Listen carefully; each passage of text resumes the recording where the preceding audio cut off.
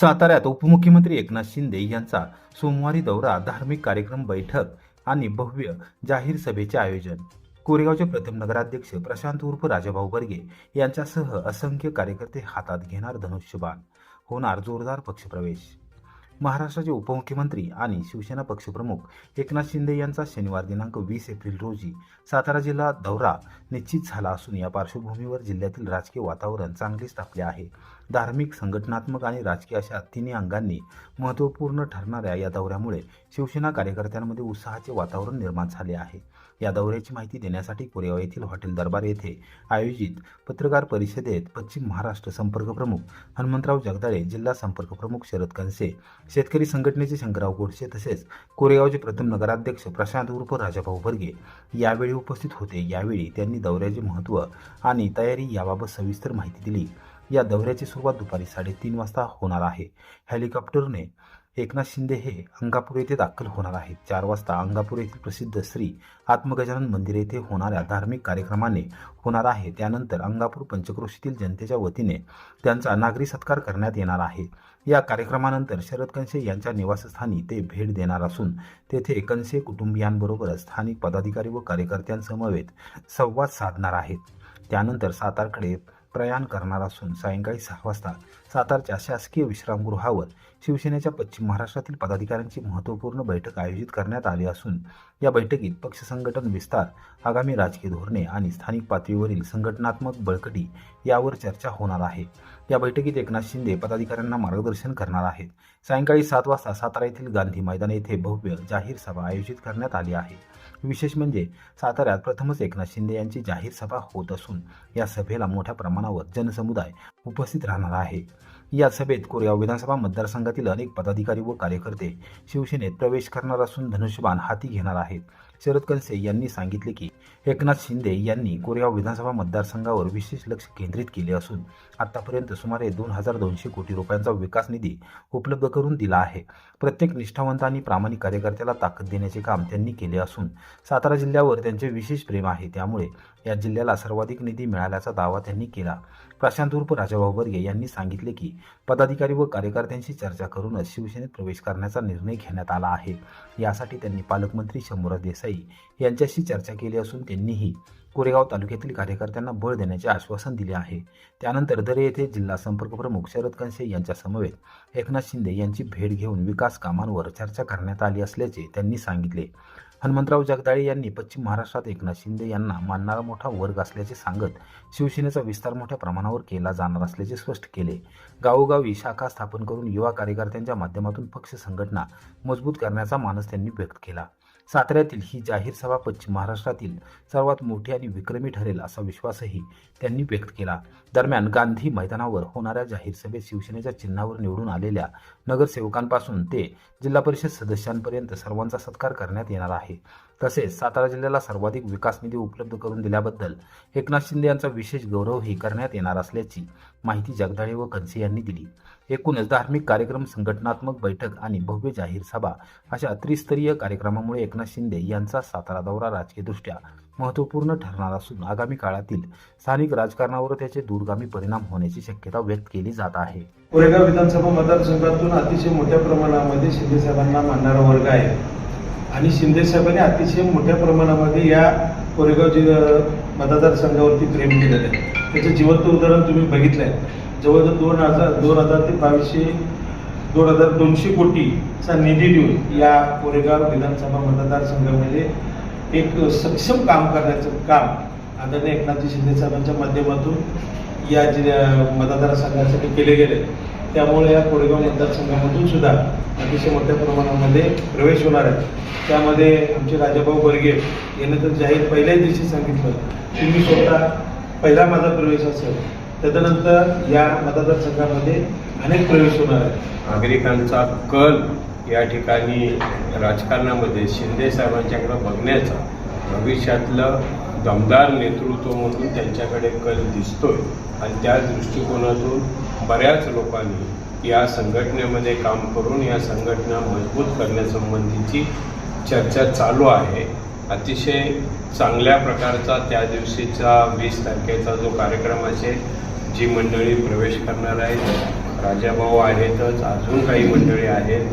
20 तारखेला निश्चित प्रकारे आपल्याला त्या दिवशी समजेल. पण शिंदे साहेबांच्याकडं एक नेतृत्व म्हणून बघण्याचा जो दृष्टिकोन या विभागातील पश्चिम महाराष्ट्रातील त्याच दृष्टिकोनातून सातारा जिल्ह्यामध्ये एक वेगळ्या प्रकारचा कल बघायला मिळतो. माझी वसुंधरा अभियानामध्ये वरुड गावाला पुणे विभागात प्रथम पारितोषिक 50 लाखांचे बक्षीस जाहीर. खासदार नितीनकाका पाटील यांनी दिली भेट. माझी वसुंधरा अभियान 5.0 अंतर्गत सातारा जिल्ह्यातील खटाव तालुक्यातील वरुड ग्रामपंचायतीने उल्लेखनीय कामगिरी करत पुणे विभागात प्रथम क्रमांक पटकावला आहे. या स्पर्धेत पुणे विभागातील 6,000हून अधिक ग्रामपंचायतींनी सहभाग नोंदवला होता. वरुड गावाच्या उत्कृष्ट पर्यावरणपूरक उपक्रमांना मान्यता देत तब्बल 50 लाख रुपयांचे बक्षीस जाहीर करण्यात आले आहे. या यशामुळे गावात आनंदाचे वातावरण निर्माण झाले आहे. या पार्श्वभूमीवर सातारा जिल्हा मध्यवर्ती सहकारी बँकेचे चेअरमन खासदार नितीनकाका पाटील यांनी वरुड गावाला भेट देऊन विविध विकास कामांची पाहणी केली. यावेळी वृक्षारोपण करण्यात आले. तसेच मियावाकी पद्धतीने विकसित करण्यात आलेले जंगल, कुस्ती मैदान आणि वरुड सरोवर यांची पाहणी करून गावाने राबवलेल्या उपक्रमांचे खासदार नितीनकाका पाटील यांनी कौतुक केले. यावेळी सेट ट्रीज संस्थेकडून सुरू असलेल्या पर्यावरणविषयक कामांचीही सविस्तर माहिती त्यांनी घेतली. वरुड गावाने पर्यावरण संवर्धन, जलसंधारण आणि ग्रामविकास यांचा समतोल साधत केलेले काम आदर्शवत असून इतर गावांनीही यापासून प्रेरणा घ्यावी असे मत खासदार नितीनकाका पाटील यांनी व्यक्त केले. कार्यक्रमात क्षितिज नितीनकाका पाटील, वरुडचे सरपंच, उपसरपंच, विकास सोसायटीचे चेअरमन व संचालक, सेट्रीज संस्थेचे सदस्य तसेच ग्रामस्थ यावेळी उपस्थित होते. FRP थकबाकीवरून शेतकरी संतप्त. रयत क्रांती संघटनेचा किसनवीर कारखान्याला अल्टिमेटम. आंदोलनाचा दिला इशारा. भुंज येथील किसनवीर सातारा सहकारी साखर कारखान्याकडून ऊस उत्पादक शेतकऱ्यांची FRP थकबाकी अद्यापही न दिल्याने शेतकऱ्यांमध्ये तीव्र नाराजी आहे. गळीत हंगाम 2025-26 मध्ये ऊस गाळप करूनही अनेक शेतकऱ्यांना 3 महिने उलटून गेले तरी मोबदला मिळालेला नाही. त्यामुळे शेतकऱ्यांची आर्थिक घडी विस्कटली असून कर्जबाजारीपणा, शेती खर्च आणि घरखर्च भागवताना त्यांना मोठ्या अडचणींना सामोरे जावे लागत आहे. या पार्श्वभूमीवर रयत क्रांती संघटना आक्रमक झाली असून कारखाना प्रशासनाला निवेदन देत 4 ते 5 दिवसात FRPची संपूर्ण थकबाकी शेतकऱ्यांच्या खात्यावर वर्ग करण्याची मागणी करण्यात आली आहे. संघटनेचे संस्थापक आमदार सदाभाऊ खोत यांच्या मार्गदर्शनाखाली जिल्हा युवक अध्यक्ष प्रकाश साबळे यांनी हे निवेदन सादर केले. निवेदनात कारखाना प्रशासनावर ऊस नियंत्रण कायद्याचे उल्लंघन केल्याचा गंभीर आरोप करण्यात आला असून शासनाने निश्चित केलेल्या कालमर्यादेत शेतकऱ्यांना पैसे देणे बंधनकारक असतानाही कारखाना प्रशासनाने दुर्लक्ष केल्याचे नमूद करण्यात आले आहे.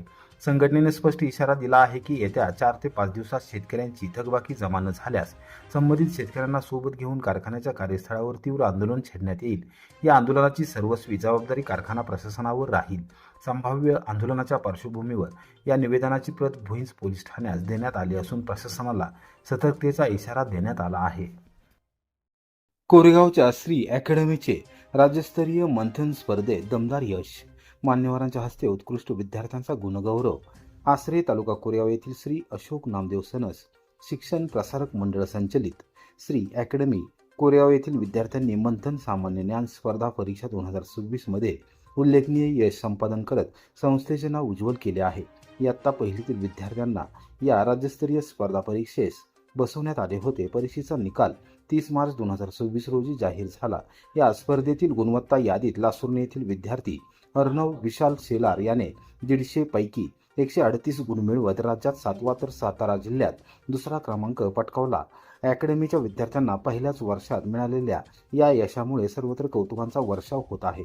तसेच कुमार यज्ञेश नरेंद्र कोरे व कुमार देवांश औदुंबर पवार या विद्यार्थ्यांनी प्रत्येकी 150 पैकी 114 गुण मिळवून शाळेच्या यशात मोलाचा वाटा उचलला आहे.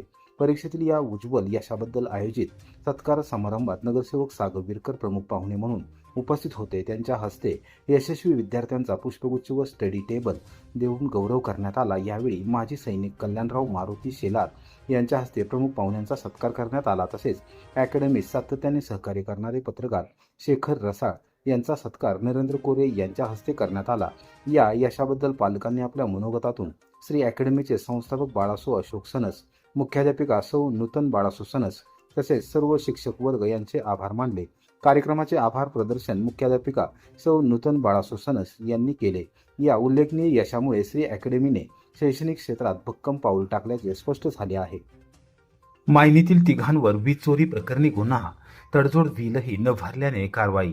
खटाव तालुक्यातील मायनी येथे वीज चोरी करून त्याचे तडजोड देयकही न भरणाऱ्या तिघांविरोधात वडूज पोलीस ठाण्यात गुन्हा दाखल करण्यात आला आहे. या कारवाईमुळे परिसरात खळबळ उडाली आहे. सलीम गनी नधाब तसेच संतोष सिद्धेश्वर पुस्तके आणि अश्विनी संतोष पुस्तके सर्व राहणार मायनी अशी गुन्हा दाखल झालेल्यांची नावे आहेत. महावितरण कंपनीकडून करण्यात आलेल्या तपासणीत संबंधितांकडून वीज चोरी झाल्याचे उघडकीस आले होते. यामध्ये पुस्तके दाम्पत्यावर 61,590 रुपयांची वीज चोरी नोंदवण्यात आली होती. त्यानुसार त्यांना 25,000 रुपयांचे तडजोड बिल देण्यात आले होते. तसेच सलीम नदाब यांच्यावर 1,63,740 रुपयांची वीज चोरी आढळून आली होती, ज्यासाठी त्याला 34,000 रुपयांचे तडजोड देयक देण्यात आले होते. मात्र संबंधितांनी ही तडजोड बिले निर्धारित मुदतीत न भरल्याने महावितरण कंपनीचे कर्मचारी वैभव जगन्नाथ मदने यांनी वडूज पोलीस ठाण्यात फिर्याद दाखल केली. त्यानुसार तिघांविरोधात गुन्हा नोंद करण्यात आला आहे. या प्रकरणाचा पुढील तपास हवालदार गंभरे आणि हवालदार कारंडे करत आहेत.